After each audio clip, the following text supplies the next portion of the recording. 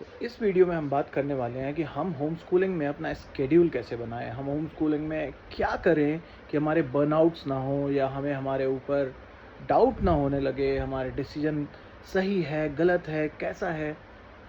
इस वीडियो में हम उन सारी चीज़ों की बात करने वाले हैं कि क्या होता है जब हम home schooling as a mindset adopt कर लेते हैं।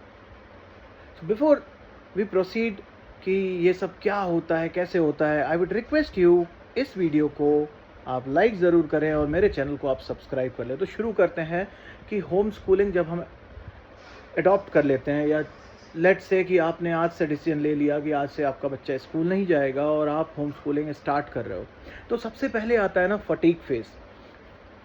इस फेज का भी एक नाम दिया गया है। इस फेज का नाम दिया गया है डी स्कूलिंग।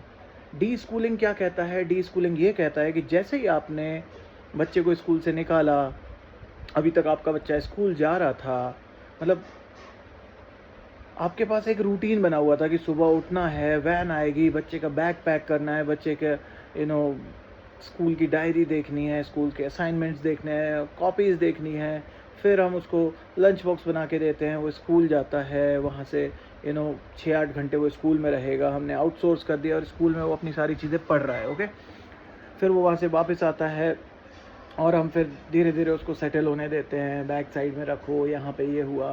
फिर थोड़ी देर वो जो भी उसको करना रहता है, वो या तो टीवी देख लेता है, गेम्स खेल लेता है, बाहर जाता है, सो जाता है, फिर नहाता है। दिस इज़ हाउ एक रूटीन बना हुआ है। शाम को ट्यूशन जाएगा, जो भी असाइनमेंट्स मिले हैं, ये सब अपने आप चल रहा था। ओके, होता क्या है ना, जैसे ही हम होम स्कूलिंग अडॉप्ट करते हैं, हमारे पास ये सारी चीज़ें तो अब है नहीं।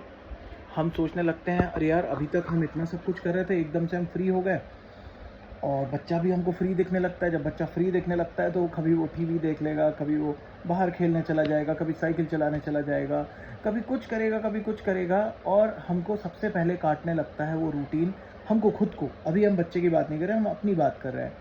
तो हमको हमारी खुद की ना डी स्कूलिंग करनी पड़ती है। डी स्कूलिंग कैसे कि जो इतने सालों से जो माइंडसेट बना हुआ रहा है हमारे दिमाग में कि अभी तो ये हो रहा था, अब ये नहीं हो रहा है, क्या मैं गलत कर रहा हूँ? 9-9 घंटे वो तो पढ़ रहा था, अब तो वो 9 मिनट भी नहीं पढ़ रहा है, तो ये कैसे होगा?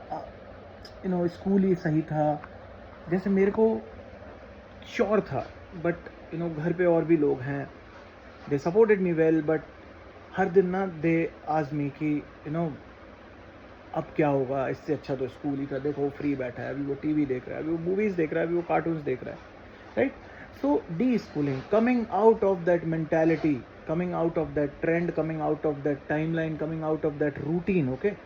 So उस चीज़ों में से जैसे बाहर आना है ना, तो अपने आप को टाइम लगता है, 2 से 6 महीने तक का टाइम लगता है कि हम उस माइंडसेट से बाहर आएँ। सिमिलरली बच्चों को भी लगता है कि शुरुआत के 4-5 दिन, 15 दिन अच्छा लगेगा, फिर दे स्टार्ट मिसिंग कि यार हम वहीं जाना। क्योंकि हम लोग कभी-कभी डी स्कूलिंग फेज़ में हम लोग हार्श हो जाते हैं। हम लोग अपने आप को क्वेश्चन करने की वजह से हार्ड उनके लिए शेड्यूल, रूटीन सेट करने लगते हैं कि सुबह उठ के अब तुमको ये करना है, अब तुम ये कंप्लीट करके दोगे, अब मुझे ये बना के दोगे, अब तुम ऐसा करके दोगे। हम सोचते हैं, फिर बच्चा धीरे-धीरे सोचने लगता है इससे अच्छा तो स्कूल था यार, ये लोग इतने ज़्यादा क्वेश्चंस नहीं करते थे। हमसे सिर्फ ये पूछा जाता था घर आते ही कि यार आज का स्कूल में क्या हुआ?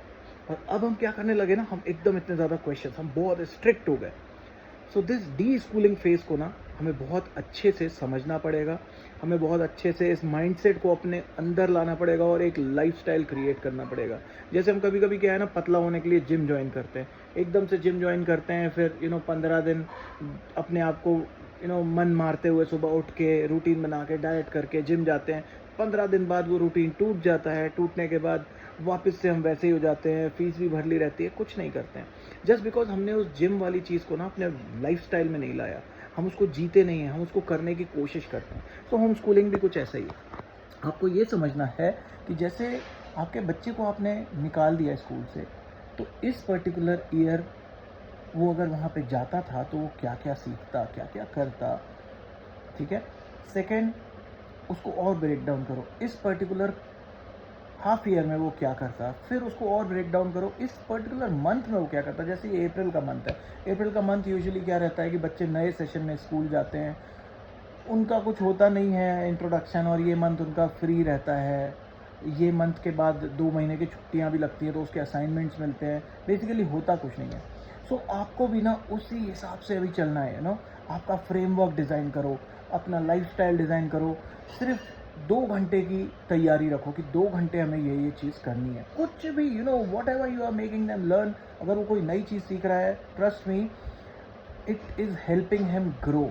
किसी भी सेंस में वो ग्रो कर रहा है और वो उसके लिए बहुत वैल्यूएबल है। हमको मार्कशीट, हमको इन सब चीज़ों से बाहर निकलना पड़ेगा, क्योंकि हमारी बुक्स में, सिलेबस में बहुत सारी ऐसी चीज़ें जो हैं बट उनका यूसेज कुछ नहीं है।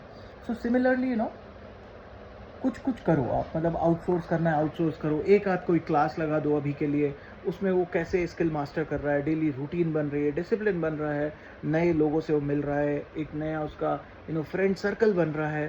सो धीरे धीरे ईज आउट करो और ऐसे करके अपना अप्रैल मंथ को मेरे हिसाब से जो मैं आपको सजेस्ट कर रहा हूँ, बर्नआउट्स नहीं होंगे। अपने आप पे ट्रस्ट रखो। होम स्कूलिंग बहुत अच्छी चीज़ है अगर आपने इसको इंटेंशनली अपने दिमाग में लिया है तो। Trust me, you are doing a great job, you are doing wonderful job.